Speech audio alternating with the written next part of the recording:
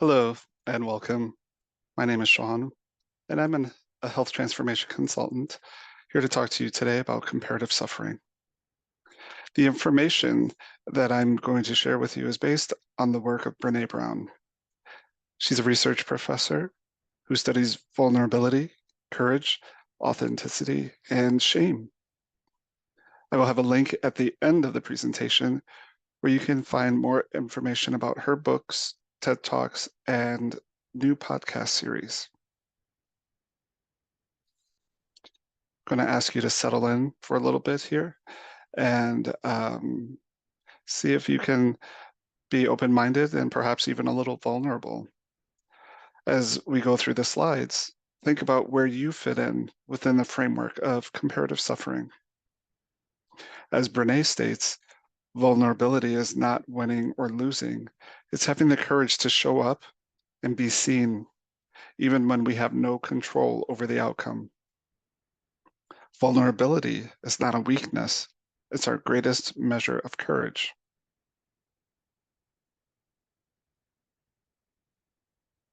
So comparative suffering, here's Brené's definition on the screen.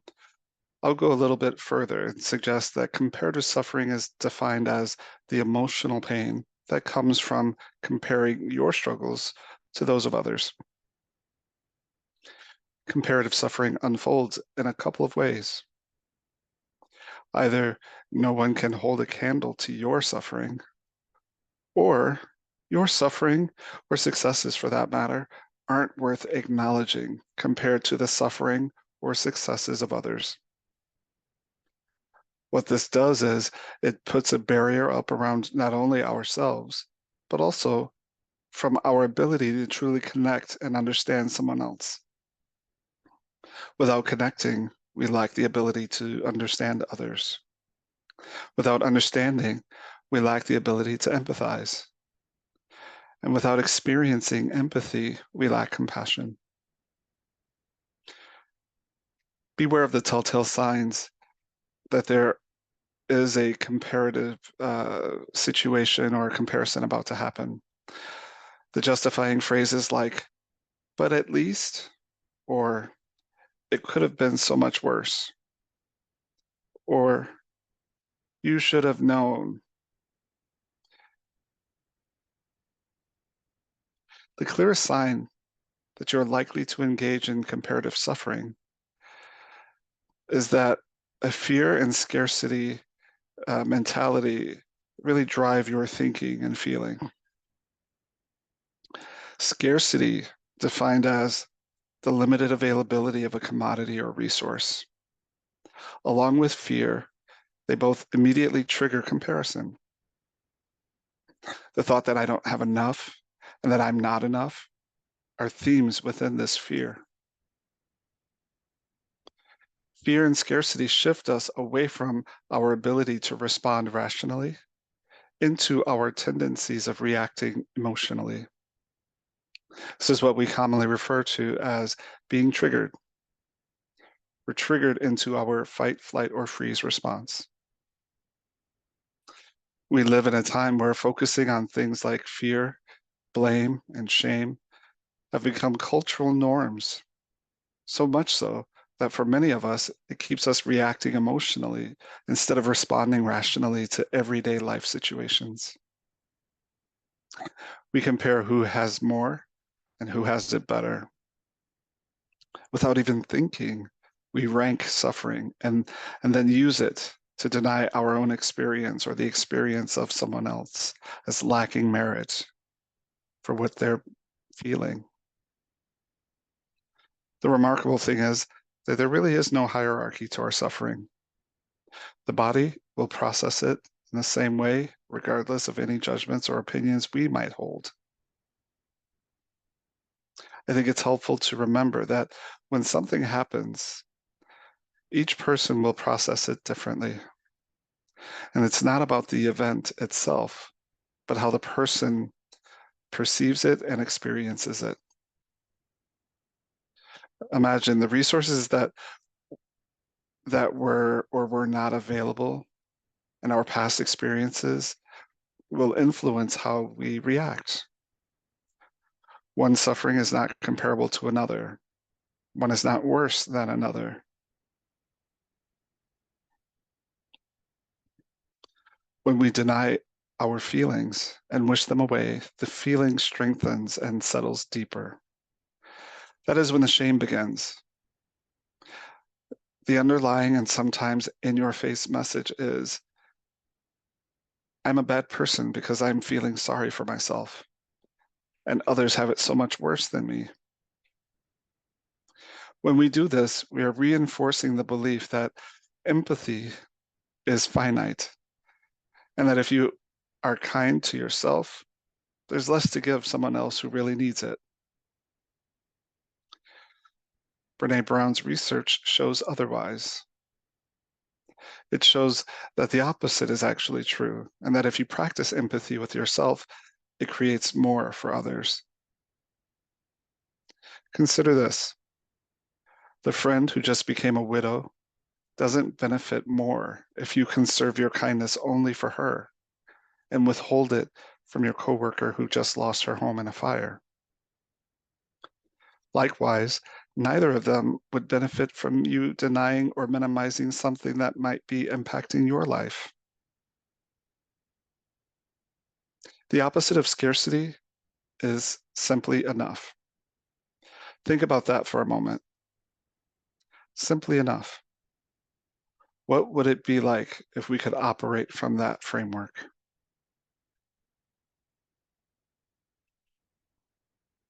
So now that we've named it and have an understanding of comparative suffering, here are a couple of more thoughts for you to ponder.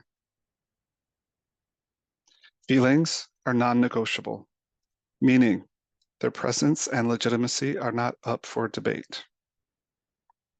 Feelings are not right or wrong, good or bad. They just are. Feelings aren't chosen, behaviors are. And behaviors can be constructive or destructive. How we respond to the feelings that we have is inside of our control. Perspective is critical here. As Brené says, hurt is hurt. And every time we honor our own struggle with the struggles of others by responding with empathy and compassion, the healing that results affects us all. Let's remember that suffering belongs to the sufferer. In reality, our opinion and judgments about someone else's experience is irrelevant. If we find ourselves to be opinionated and judgmental of someone else's experience, this could be a great opportunity to get curious with ourselves about why we even have an opinion. The antidote for comparative suffering is to increase your empathy and compassion. Empathy is generally described as the ability to take on another's perspective, to imagine walking in their shoes.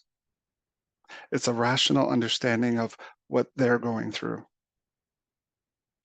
Compassion, based on that understanding of what someone else is going through, compassion is the personal willingness to join with someone in the name of demonstrating support and a heartfelt desire for decreased suffering.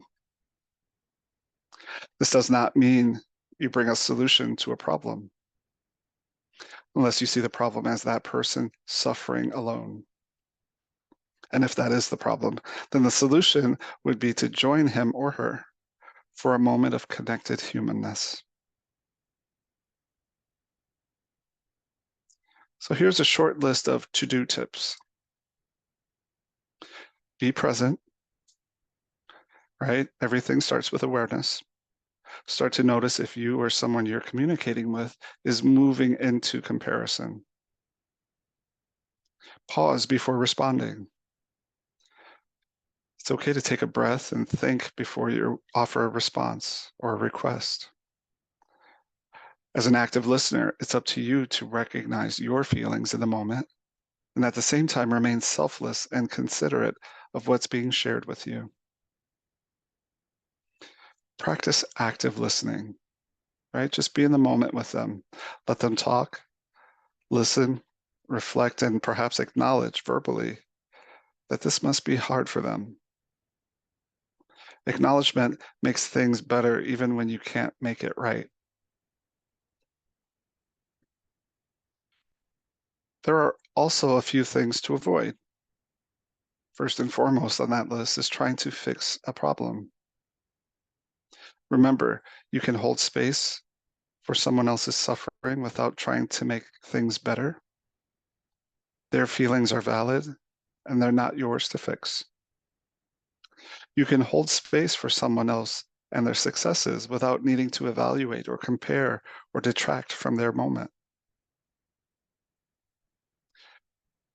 Avoid over-identifying and over-sharing.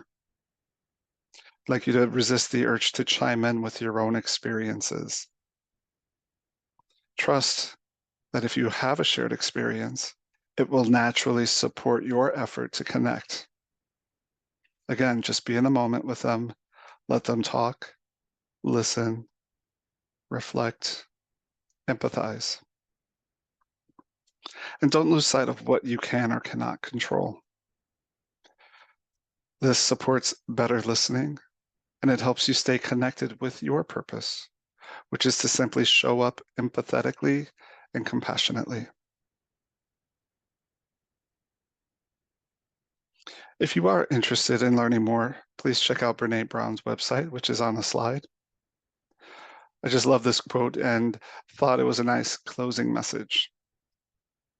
The human soul does not want to be advised, fixed, or saved. It simply wants to be witnessed exactly as it is, by Parker Palmer. So thank you for taking the time out to view this webinar. I hope it serves you well. Take good care.